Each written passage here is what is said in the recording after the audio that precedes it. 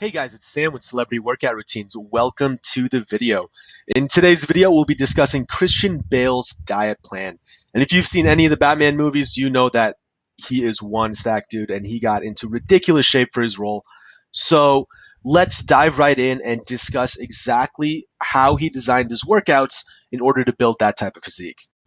All right, so for this type of physique, we're going to have a diet plan that consists of two phases. All right.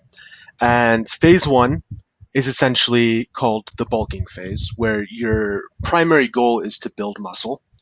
And then we have a phase two called the cutting phase, where the primary goal is to lose fat. And we do this for a few different reasons. And the main reason is the simple fact that you can't build muscle and lose fat at the same time. Your body needs or requires certain types of foods and caloric goals during each phase that it's nearly impossible. It's the same as, building muscle requires a higher level of calories, higher level of protein, higher level of carbs.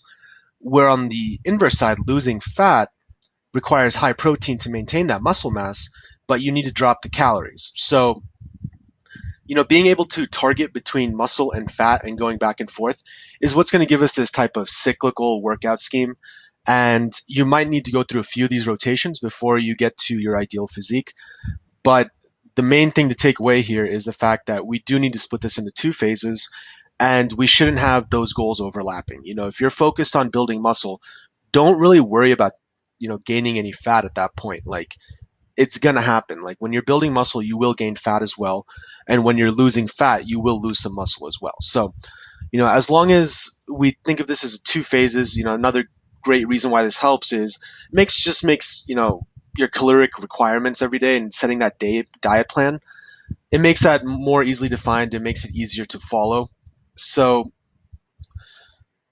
we really need to, at this point, we really need to focus on which phase do you want to be in based on how you look and how you perceive you look and how long you want to stay in each phase. So that's up to everyone. Usually I recommend a 1-to-1 ratio. So, if you do 1 month of building muscle or you're in phase one, then try to follow that up with another month of phase two. There's others that try to go 3 months with phase one and then 3 months with phase two, or they just find that their body puts on muscle a lot easier than it loses fat. So they make their ratio, skewed into the cutting phase. So they'll do 1 month of building muscle and then 2 months of losing fat. That's kind of a personal thing depending on your actual body and your requirements and what you want to look like. So remember that this isn't set in stone. This is just more of a high level approach that you can kind of customize based on your own particular needs. All right. And the third reason why this is a really good way of approaching it is it just really helps us retain our muscle mass. When you are in that cutting phase, you don't want to lose muscle. It takes a lot of energy and a lot of time and a lot of time pumping iron in the gym to build that muscle. So once you put on a pound of muscle, you want to do everything you can to kind of retain that. All right. So let's get into phase one here. Phase one, as I said before, is the bulking phase. And in the bulking phase, you're going to eat above your maintenance requirements. And essentially, your maintenance requirements is the number of calories you burn throughout the day, and then add on the calories that you burn through exercise. And you want to eat above that. That gives your body a surplus of nutrients to build muscle. All right. And the way we're really going to do this is we're going to have a high protein and high carb diet. Hitting the gym hard at this point, it's going to require a lot of energy. So you're going to need the carbs. And you're also tearing your muscle fibers as you lift weights. So we do want to provide the body with a high level of protein to help repair the muscle and make it come back stronger. All right. So some example foods just real quick. We're going to break it down into three categories: protein, carbs, and fats. And for protein, pretty much any lean meat. Egg whites is a great cheap option. It's probably, having a couple egg whites every morning for breakfast is a great way to get in like an extra 20, 30 grams of protein. Again, fish, chicken, ground turkey, tuna steak, all great options and gives you some variety. You're going to be eating a lot of protein during this phase. So make sure you have a few recipes stocked up so that you don't get sick of any single one type of meat. All right, as for carbs, we're going to stick with complex carbs, and that's going to primarily come from oatmeal, brown rice, black beans, and sweet potatoes. There are other way to get carbs, but we want to stay away from the simple carbs, which is like processed foods, sugary drinks, any of that stuff. You want to cut that out. It's not going to be the same as complex carbs. All right. So, and the third category for fats, this is kind of up to you based on your own personal taste, but some great options are flaxseed oil, almonds, a lot of different types of nuts. Almonds are my personal favorite, so I included them in this list. Olive oil and some peanut butter. So, making different combinations of all these types of foods should keep you, hopefully, from getting too bored with any specific type of meal. All right, and then when we switch into phase two for the cutting or the losing the fat, when you switch into phase two at this point, you've hopefully gone through a few months of bulking. You've noticed that your strength on your lifts is going up. Aesthetically, you're a bigger guy now. You have that foundation of muscle underneath. It's just not showing up since you did gain some fat as well.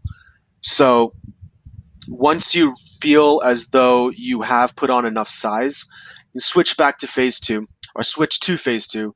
And at this point, you're going to flip your diet over. So rather than eating above what was required every day to gain weight, you're going to eat below now. And this is kind of when a lot of people, this is the harder aspect of dieting is eating below your maintenance requirements. All right.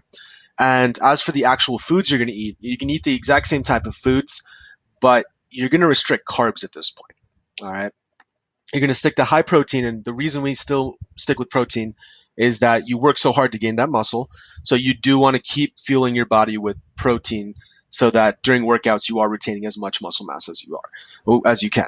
So the low carbs is the hard part. Our Western diet is really geared towards carbohydrates. So at this point, the easiest kind of way to do this is just carb cycling. And I split it up on a work week basis. You can do this depending on your own schedule. You can have your high carb and low carb days on different days or whenever you want, whichever is easiest for you. But essentially, what it comes down to is you're going to have a long stretch of low carb days, and then you'll have a refeed period over the weekend on this example. And during the low carb days, you're going to eat around 50 to 100 grams. You can always go lower than 50. It's just really, really tough. And, a good place to start is 50 to 100 grams of carbs. And then on your high carb days, pretty much eat anything over 100 carbs. Eat whatever you want with, obviously keep in mind that you're not going to go drink like 2 liters of soda. But if you're sticking to high complex carbs, on your high carbs days, you can have some sandwiches, even toss a pizza on there if you're really craving it, and kind of get those cravings out of the way. So when you go back to your low carb days, you're really sticking to it, and it keeps your motivation high, and it kind of gets those cravings out of the way and lets you think about it for the long run. You know, Carb cycling is a more sustainable way of doing a low carb diet than just staying low carb for 2 months at a time. It for someone, if you're working a lot, if you have a job that's physically demanding, and taking all those factors into account, just having a few days where you can have higher carbs does keep you motivated for the long run. And that's kind of the goal here, right? We want to think about our physique 7-8 months from now. We don't really care about the 1 week, 2 weeks. So anything that's sustainable, think about the long term and just keep it consistent, and you'll eventually get the type of physique that you want. All right, guys. Well, that's it for today's video. Again, if you did enjoy the video, really appreciate it if you could give it a like or subscribe to my channel. Gives me some great feedback on the type of videos you guys like. And again, if you have any questions, always feel free to leave a comment below, and I will try my best to respond. Again, thank you guys again for watching. Really appreciate it. I'll catch you all later. Peace.